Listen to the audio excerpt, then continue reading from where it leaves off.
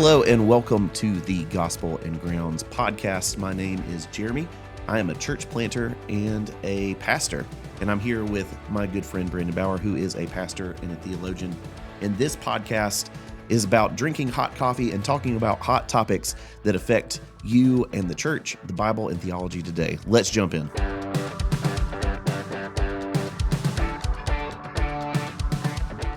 Well, hello, Jeremy. Well, good morning, Brandon. How are we? Doing really good. I've got a lovely cup of coffee that you brewed for me by way of Chemex. Oh, yeah. Which is a little bougie, but hey, I do what I can. Yeah. Tell me what kind of I guess we should explain, since this is kind of our first full-length episode, that when our podcast is called Gospel and Grounds, we will actually talk about coffee. Yes, because we are both Bible snobs and coffee snobs. That's true. I am very much a coffee snob that I only buy local beans. We've got a coffee shop here in Greenville, South Carolina called Methodical. It's usually where I get my coffee from. Not a sponsor, but they can be if they want to. Yep, not a sponsor. But I tasted the coffee in the cup I have sitting to my left right now. And can you tell us a little bit more about the coffee beans you used? I sure can. This is a Colombian Supremo blend from our friends at Rainbow Coffee Company in Charleston. I really enjoy Rainbow Coffee Company because they offer signature flavors, and they are all very ethically sourced organic blends, and they're low acidic, which is good for my stomach. That is good for your stomach. We should also mention, not an ad. Not an ad. Also not a sponsor. But if they would like to be, we are willing. We are willing. Yes, I love Rainbow Roasters. We used at the church their what's it called? The Charleston Pecan Blend. Charleston Pecan, especially around Christmas time, was a big hit. And that, fun fact, that's actually the coffee blend, because I'm pretty sure that's not a single origin. That's actually a blend. That got me drinking black coffee. Oh, I did not know that. No, yeah, just because it was the aftertaste for me. It wasn't bitter. It was very sweet, which is what I love about Methodical's coffee. It has a good aftertaste. So that's fantastic. I love Rainbow Roasters. Yeah, right here in South Carolina. Right here in South Carolina. That's How about beautiful. That's it. And just like we like to know that our coffee is ethically sourced and where it comes from, and that it's trusted and not full of all sorts of crazy things, we need to do the same thing with our text, right? With our text. What is our text, though? The text that we are referring to is, of course, the Bible. And Brandon, why don't you tell us what the Bible is? Is it just a giant book like a Lord of the Rings compendium, or? Oh man, honestly, this is maybe a little embarrassing, but for most of my life, I like in my training, like formal ministry training, I was actually never taught much about the history of the Bible. So we have what we call the book, the Holy Bible, is actually a collection of 66 books. Yes. It is not a book so much as it's more a library. So are there different genres in this library? Oh, so many different genres. We've got poetry. We've got narrative. We've got prose discourse. Okay. Which is, just some back and forth type things. We've also got, dare I say it, apocalyptic literature. Apocalyptic. And apocalyptic, that means end of the world, right? Not quite. I think that what it means is unveiling or revealing. Yes. That comes from the Greek word apocalypto, which means to unveil, to reveal. So, not the Mel Gibson movie. No. Okay. No. Not the end of the world. Now, it does talk about the end times, which is where we get that whole, talking about the end of the world, but right, not quite so dramatic. Great. Also, books of history. Those do have some history books in there. That's great. But not to be confused so this happens a lot with, let's just say, the book of Genesis, for example. Okay. Yeah. A lot of people think that is a history book when in fact is more narrative. It's telling a story. Right. And that narrative is, of course, in conversation with the other ancient creation narratives of the Middle Eastern area of the world. Yep. I do feel like we're, I feel like one of the things that can get a little bit lost is the fact that this is also a book that has been written long before we were born and in different languages. Yep. And in a land far, far away. Yes. So we have to treat that with a lot of respect. We do. And I feel like the question that we're trying to answer today, and this was when I was in my I don't believe in anything phase in my teenage years, one of the things that I would say about the Bible was, well, it's been revised so many times. It's like a game of telephone. So it's been changed and added and annotated and changed and all these things. And so how can I trust that what it says is true? That's a fantastic question, actually. Yeah. Yeah, because what we do know is that like what we have now in what we call the Bible, we've split it up into two sections. We've got, most people probably hear it as the Old Testament and then the New Testament. The Old Testament is the Hebrew Bible. Okay. So the Hebrew Bible, this is what the Jewish people would have used for their ancient text when they were learning, reading in Jesus' time, before Jesus' time. Right. And it used to be on scrolls, not a book. So Right. they would have different scrolls of, let's say, the book of Isaiah or First and Second Chronicles. The actual order of those books were different too. Okay.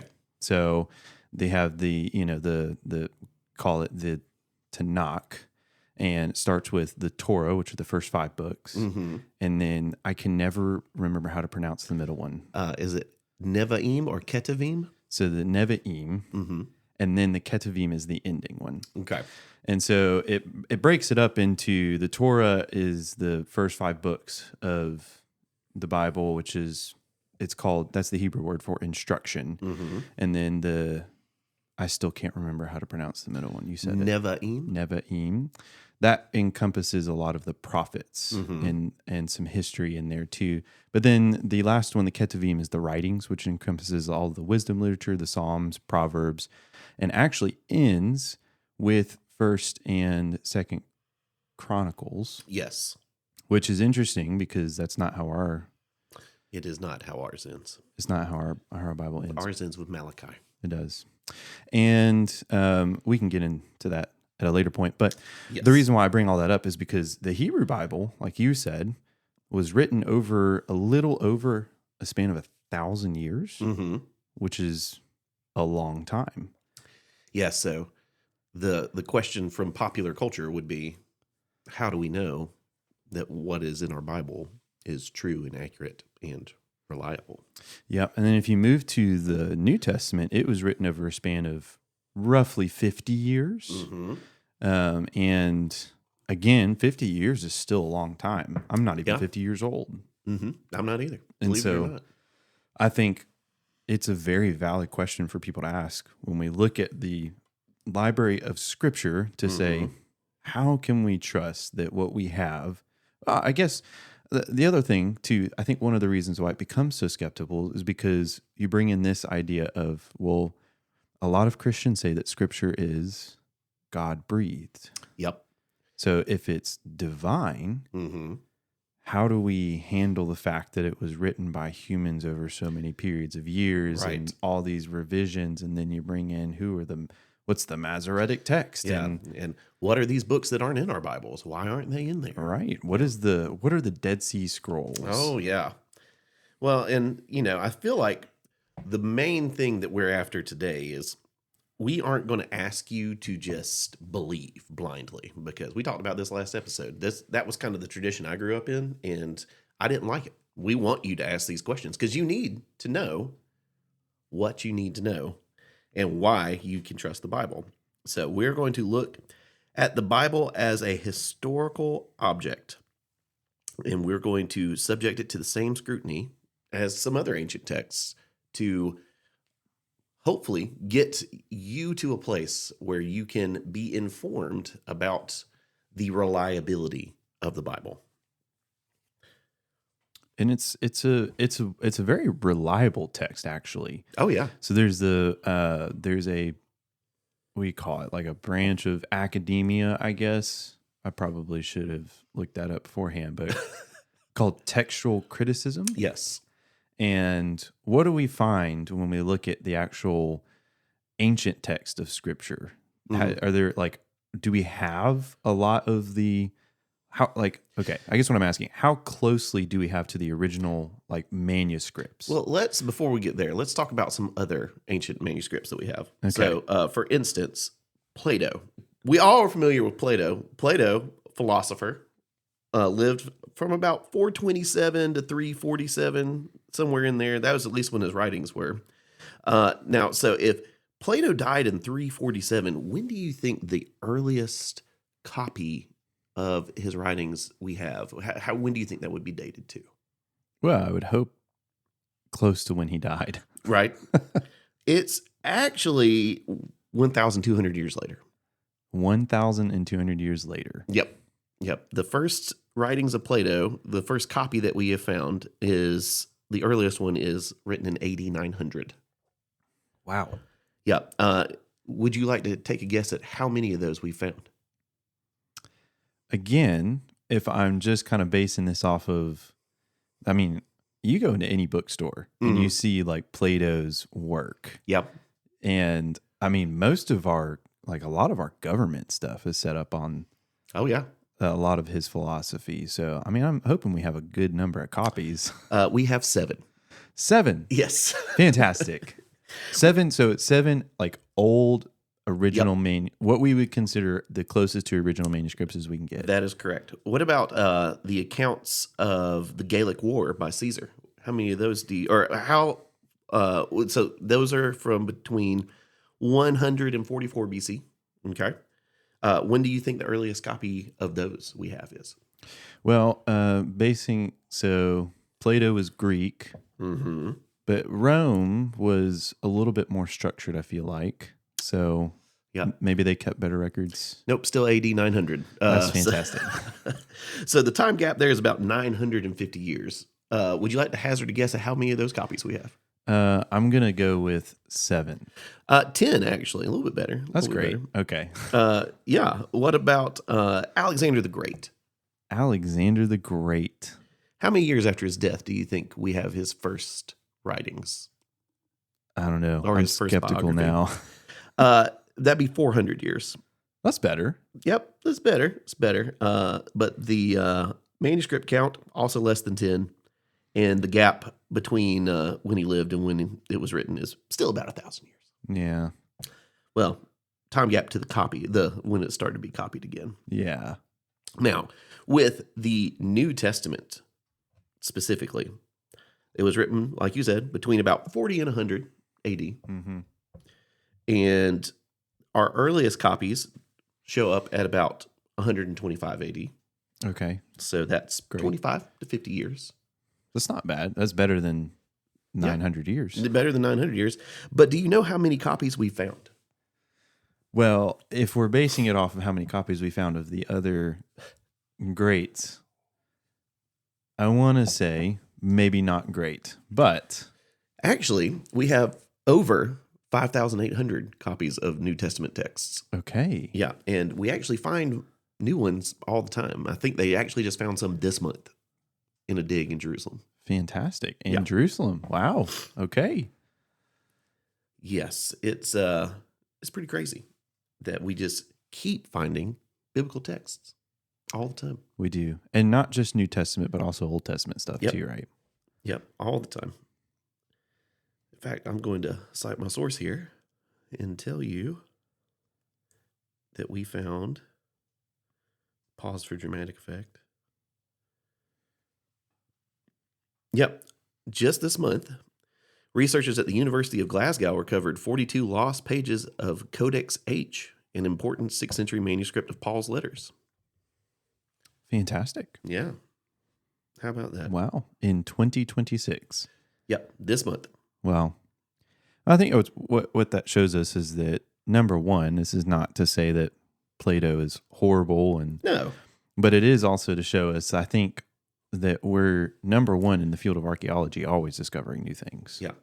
Well, and I would say that for argument's sake, if you're going to look at the New Testament at least and say, well, I just don't believe that that is historically accurate, you also have to look at Plato, Caesar, Aristotle, and Alexander the Great and Yes, say the same thing. that's correct. And I think we should clarify, too, that we're not even talking about we'll get to this later, but this is just to focus on the historical reliability of Yes. the text. So we're not even talking about the content inside of it right now. We're just trying to explain that this is not just random stuff that's been written or just made up. But I guess we should talk about that a little bit, right? Yes, This we is should. not this is not just, how do we know this isn't just some radical people who got together and made something up? Well, let's, number one, talk about just some apologetics here for a little bit, because What is apologetics? so apologetics, thank you for asking, is basically making a sound logical argument for why we believe what we believe. Right. So let's just look at the content of the Gospels.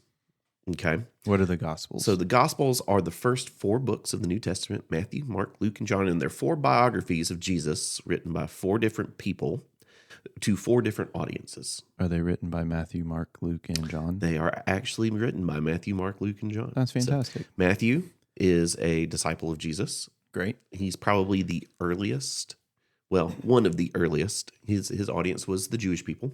Okay. Mark, who was, some argue is an eyewitness, but Mark probably interviewed Peter, who was kind of Okay. Jesus' right-hand guy Sure. for everything. Luke, who was a historian, Yep. we'll get into a little more about him later, Mhm. who interviewed several people. Yes. And then John, who was also in Jesus' inner circle. Yes. So what you're saying is Matthew and John are eyewitness accounts, Yes. and Mark and Luke are written not from eyewitnesses potentially, but they interviewed the eyewitnesses. That is correct. Aha. Yes. So let's just look at the content in the Gospels, because quick pop quiz: how many of the disciples of the 12, well, minus Judas, of the 11 died for their faith? How many died for their faith? Mm-hmm. This is actually a very academically Debated topic. debated topic. Right. Sean McDowell, I think, actually wrote his dissertation based off of this. Ooh, okay. And I think if you want to take maybe not historical, but what I would call the myth is that all of them were martyred for their faith. Mm-hmm. But the academic in me says that we can't actually confirm, but maybe 2 or 3 of those as martyrdoms. Right. But none of them recanted. None of them recanted. We do know that. Right. And all of them experienced persecution, Oh, yes. heavy persecution. Yep. So number one, if I'm fabricating a story, I'm going to make myself look like a hero. Yeah. Do any of the disciples portray themselves as a hero? No, All right. they don't. They don't. They don't. Number 2, if I am fabricating a story about a dead man coming back to life, and then I see if I'm John, I see my brother get his head chopped off, am I going to stick to the lie that I'm trying to perpetrate? Probably not. Yeah, Probably not. probably not. Well, and what's funny is that actually in the Gospels, there's a couple of moments where they talk about these very, I don't know, I guess you could call them, if they were like dubious acts. Yes. There's the moment where the Jewish leaders they put Roman guards Mm-hmm. in front of the tomb just to make sure that the disciples don't go and try to steal the body Yep. Yep. so that they could fabricate his resurrection. Yep. But then there's also, after the resurrection in the book of Acts, you have You have Peter and John who are just, doing their thing, being persecuted by the elders and everything. And they say, they can't really get anything on them. But one of the Jewish leaders stands up and says, I can't remember his name right now, but he says, hey, if this is it's Gamaliel. yeah, that's it. He says, if this is of man, it's going to fall apart. Mm-hmm. But if it's of God, it won't fall apart. Yes. And it was almost like a litmus test a little bit. Now, that didn't stand, because then they, killed Stephen. Yes. And then from there, they lit a lot of fires of persecution. Mm-hmm. Mm-hmm. But, and another big apologetic, with the person lighting a lot of those fires was this guy named Saul of Tarsus. Good old Saul. Yeah. Who has this radical, literal Damascus Road moment and becomes the biggest proponent of spreading the gospel to the Gentiles. That's right. So let's talk about some of the internal marks of truth that we see here. Like in John 6, Jesus asked Philip where to buy bread. Why Philip? Because in all the other gospels, he doesn't ask Philip. Well, if you go to Luke 9 or John 1 to find out that they were in Philip's hometown of Bethsaida, and if I was a forger, I wouldn't hide the answer in two different books. Yeah. And if we even want to talk about an early dating for the Gospels, or not just the Gospels, but the entire New Testament, remind me, Brandon, when was the temple destroyed under Titus? It was around 70 AD. 70 AD. So if Jesus was crucified somewhere between 30 and 33 AD. Yep, that's right. And 70 AD, the temple's destroyed. Yep. And I'm Paul, mm-hmm. and I'm writing to all these Jewish and Gentile people. Do you think I would mention, hey, by the way, don't come to Jerusalem because stuff's going down? It's true. Paul actually takes many trips to Jerusalem. Mm-hmm. And is a big proponent of actually asking churches to help financially support the church in Jerusalem. Right. And it would be a little concerning if there was the Roman, which they were occupying at that time, but yeah, they eventually went in and kind of eviscerated. Yeah. Siege the city. Yeah. Lots of blood. Yeah. Lots of death. It was really bad. Yeah. It was really bad. So I'm a personal proponent of, I believe, based on that evidence, that the New Testament was written between Jesus' resurrection somewhere in 30 to 33 AD and 70 AD, because there's no mention of the siege of Jerusalem in any of the New Testament writings. Well, and let's talk about I can hear you on the other side of this possibly going like, well, Jeremy, if the Bible confirms the Bible, that's fine. But what about external sources? You have to cite sources outside of the source that you're referencing to make it true. Well, I'm glad that you asked about that. Because for years, there's this guy that shows up in the New Testament accounts of Jesus' trial. His name is Pontius Pilate. Pontius. What a first name. I know, right? Well, do you think that was really his first and last name? Pontius Pilate? I don't know. Or is that like something given to him? You know how when someone becomes Caesar, they like take on a new name or something like that. Do you think like when he got his role that he was like, Pontius Pilate? Maybe. It's kind of like the artist formerly known as Prince. Yes. Which R.I.P. Prince. Oh, I was also informed that I did throw some shade at New Song last time we were here. Yeah, Christmas Shoes. And I will say, while I stand by my statement of Christmas Shoes being a terrible song, I do enjoy some New Song. There you go. Yep. Arise My Love.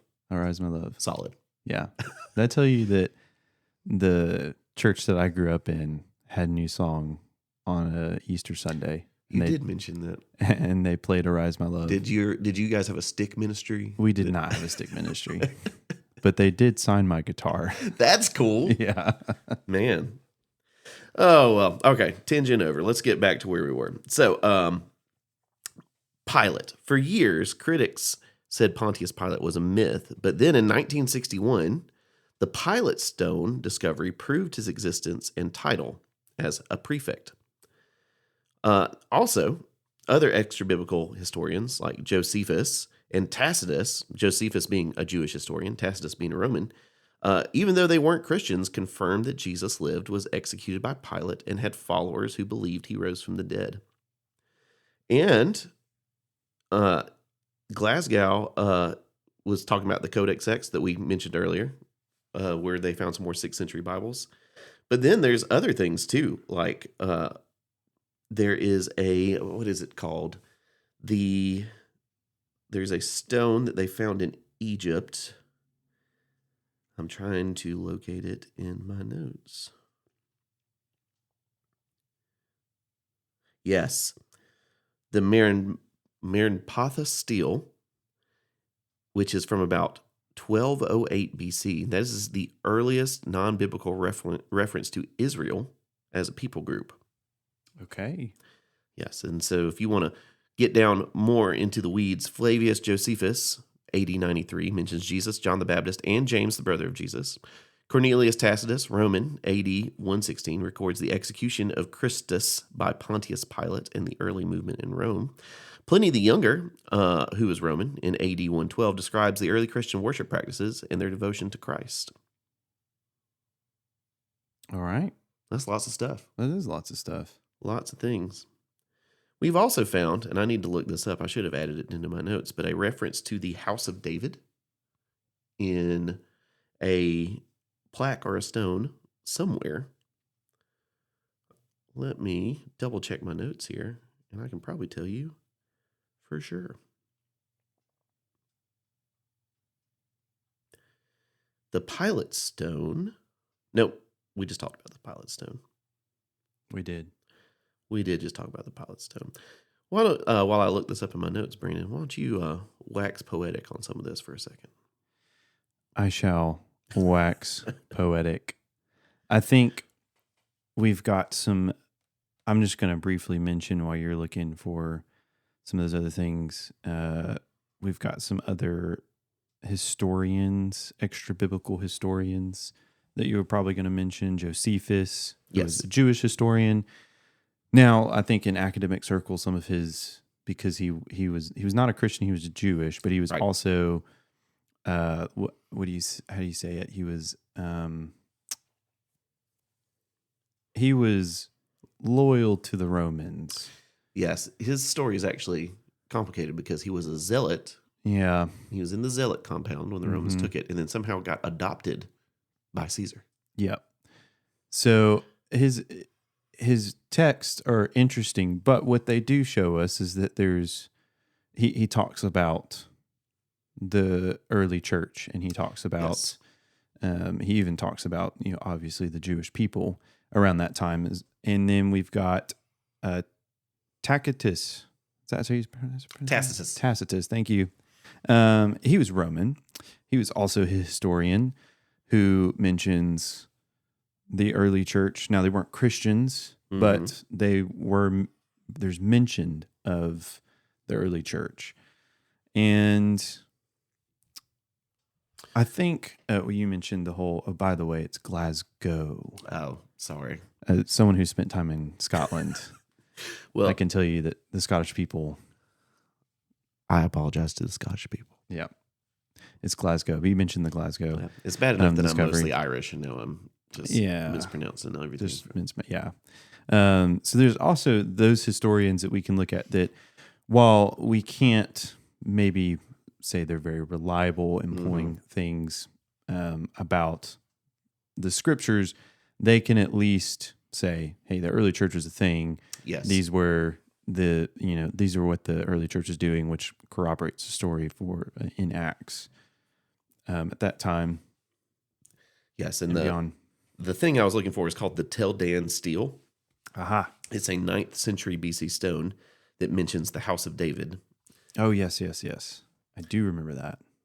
Which is important because for a long time they were saying that David was kind of like King Arthur, this mythical king. Right.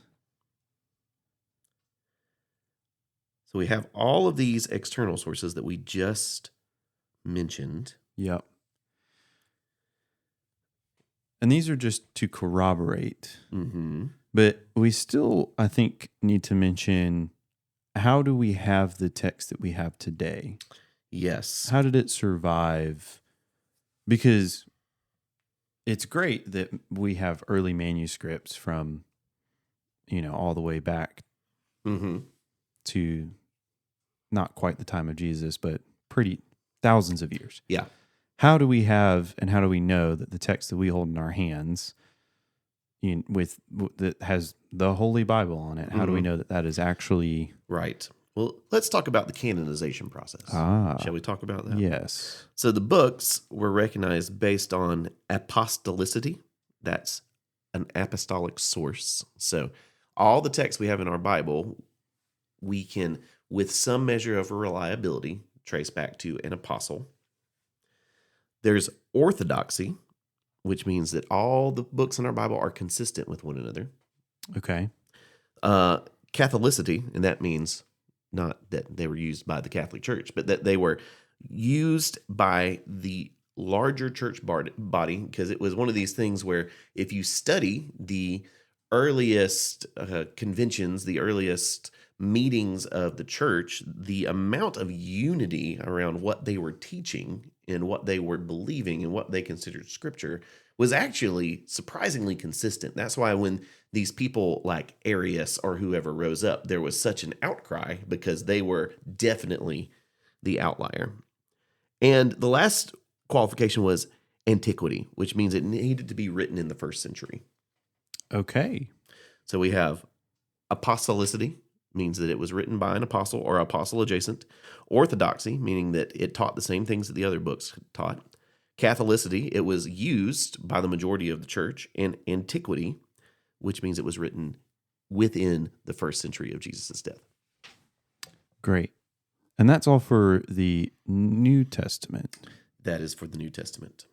Now, for the Old Testament, that was widely regarded as sort of canonized way, way many years ago by the rabbis when they came back from the Babylonian exile.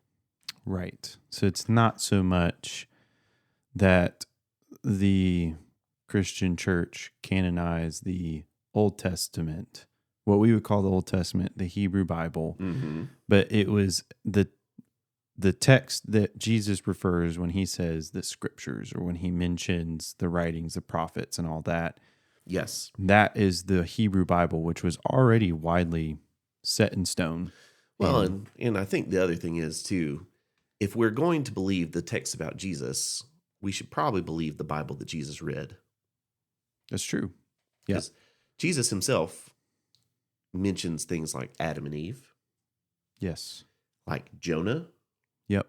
So he quotes from Deuteronomy and he references Ezekiel and Isaiah and Jeremiah, tons of different places so there's some pretty out there things happening. But Jesus, yes, and the gospel rises and falls on Jesus in his resurrection. If we're going to believe in Jesus, we should probably believe in the things he believed in. That's true. That is very true. So I guess at the end of the day, we've given you all this information. We've done our best to kind of walk through our logical case for why you can trust this ancient library of Semitic literature. So the question is, what are you going to do with this information? Yes. What do we do with this information? Because I think that we've made it pretty, at least, clear why we think that the Bible is historically reliable. And if the Bible is historically reliable, then its claims about Jesus demand a response. It's not just an old book. It's an accurate record of God's intervention into a broken, busted world to bring life and liberty and freedom to the captives. That's right. As C.S. Lewis said, he's either a liar, a lunatic, or Lord. That's right. And I think it's very compelling to me to read, especially the Gospels. And when you look at Well, when you look at everything that's happening in our world right now, it's very tricky, I think, for me to. I don't know. It's tricky to me to look at everything that's happening and be hopeful about Yeah. it. Like, it just feels. I mean, it kind of feels hopeless. Sure. But one of the things I find so compelling about Jesus is that he really does have an answer Yes, for what's happening. he does. And it's a pretty bold answer. Mm-hmm. And I don't know, just I think that we obviously didn't give like a whole academic thesis on the historicity of Well, the very, Bible. very few people would actually listen to that. I so. know. But I do think one of the things that people struggle with is, and I think this is an enlightenment Mm-hmm. kind of period that we're a lot of our thought process comes out of the Enlightenment, and we're just all about science. Yes. But there's just something so compelling about Jesus, what he said, but also what he did, Yes. that just seems to right the injustices of our time.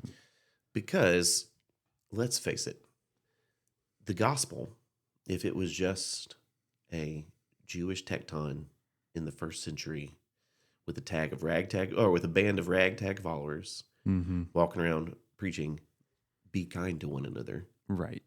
that message would have never made it out of Jerusalem Right. unless he was something more than just a prophet in the first century. So the mere fact that the gospel, that this man who never left a region smaller than South Carolina has become the most recognized name on the planet, Mm-hmm. has to tell us something about his teaching and who he really is. Yeah. Yeah, I think so. Just some quick resources for those who do want to dive really deep into this. There is, we've talked about Tim Mackey before, but he has a podcast called Exploring My Strange Bible. Yes. And he's got a couple episodes, one called Old Testament Manuscripts and the Making of the New Testament is a lecture he gave, and then the Making of the Old Testament Books. These are academic lectures that he gave, because he does have his PhD, Yes. that dive into maybe not quite the academic thesis level, but he definitely dives into the stuff we couldn't get to in this. Mm-hmm. The stuff that you claim people wouldn't listen to, but I definitely listen to those. Well, yeah. You can also, The Case for Christ by Lee Strobel. Great book to check out. The New Testament Documents, Are They Reliable? By F.F. Bruce. And Hidden in Plain View by Lydia McGrew. Also great resources. It's a lot of good stuff. I remember when I was, when I was in Scotland, we had lots of conversations with people who weren't Christians, and you would be surprised how often this question comes up about the historicity of the Bible. Yeah. And I think people are just genuinely curious about what it is, and I think we just need to keep asking questions and not be afraid of those questions, and dig further into what the Bible actually is and why we can trust it. Yep. Keep asking questions. Jesus can handle them. He can handle them. That's true. Right? All right. Well, So we'll sign off here. we will sign off here. I'm Jeremy. This is Brandon. And this has been The Gospel in Grounds. The Gospel and Grounds. Thanks for listening to the Gospel and Grounds podcast. This is part of the Evergreen Podcast Network. Our theme music was provided by the band Splitwave. And if you'd like to learn more about this podcast and others, you can visit evergreentn.cc. As always, we bless you to grow in the way of Jesus together.